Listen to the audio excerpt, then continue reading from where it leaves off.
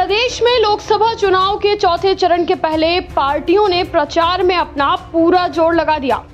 BJP प्रदेश अध्यक्ष VD Sharma ने भी आगर में रोड शो कर नुक्कड़ सभा को संबोधित किया। इस दौरान वीडी शर्मा ने केजरीवाल को चेतावनी की स्टाइल में कहा कि सोच समझ कर बोलिए, फालतू की बयानबाजी ना करें, फिर जेल जाना पड़ेगा। नाना पटोले के बयान पर बोला कि राष्ट्रपति का अपमान यानी संविधान का अपमान है। कांग्रेस पर निशाना साधते हुए कहा कि कांग्रेस पागलपन की भूमिका में आ गई है, दिवालिया हो गई है। कांग्रेस इस बार इस देश से निस्तेनाबूद हो जाएगी और इंदौर में आपका सिक्का खोटा निकला और आप जनता से कह रहे हो नोटा।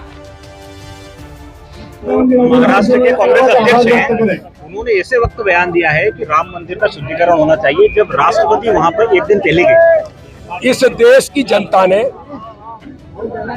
इस प्रकार के लोग जो भगवान राम का अपमान करते हैं, भारत की संस्कृति का अपमान करते हैं, इस देश की सेना का अपमान करते हैं और देश की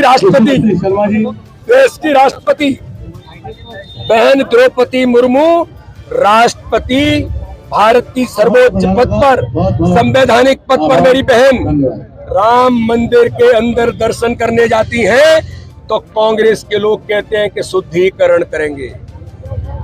ये इस देश के संविधान का अपमान है, सर्वोच्च पद राष्ट्रपति का अपमान है। तो दूसरी ओर बहन राधिका खेड़ा, जो कांग्रेस की राष्ट्रीय प्रवक्ता, वो भगवान राम के दर्शन करके लौटती है तो राधिका खेड़ा के साथ उसे अपमानित किया जाता है, उससे अभद्रता की जाती है। लेकिन वो बहन भी कांग्रेस में 6 दिन तक न्याय मांगती है। जब न्याय नहीं मिलता तो वो भारतीय जनता पार्टी के शरण में आती है। मैं आज आपको कहना चाहता हूं, कांग्रेस इस चुनाव में नेस्तनाबूद हो गई है, जनता ने नकार दिया है।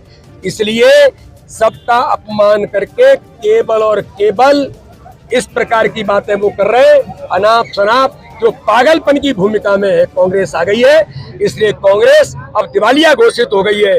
देश की जनता इस चुनाव में हर बूथ पर कांग्रेस मुक्त बना देगी और कांग्रेस इस बार इस देश से निस्तेनाबूद होगी। मतलब केजरीवाल अभी बोल रहे हैं कि Narendra Modi one nation one नेता की फिलॉसफी पे चल रहे हैं, धीरे धीरे देश से सारे। केजरीवाल जी, अभी आपको इंटरिम जमानत दी है, फिर आपको हाजिर होना है और कोर्ट ने आगाह किया है कि फालतू की बयानबाजी न करें, इसलिए फिर जेल जाना पड़ेगा।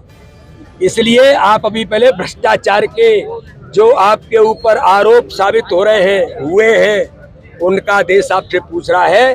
मोदी को या भाजपा को या कौन भाजपा में क्या करेगा, ये केजरीवाल जी आप तय नहीं करेंगे। अपनी आप को संभालो। इंदौर में एक प्रश्न हो रहा है, इंदौर में नोटा के लिए बहुत लोग ललायित हो रहे हैं, इस तरह से। बिल्कुल लालायत नहीं है।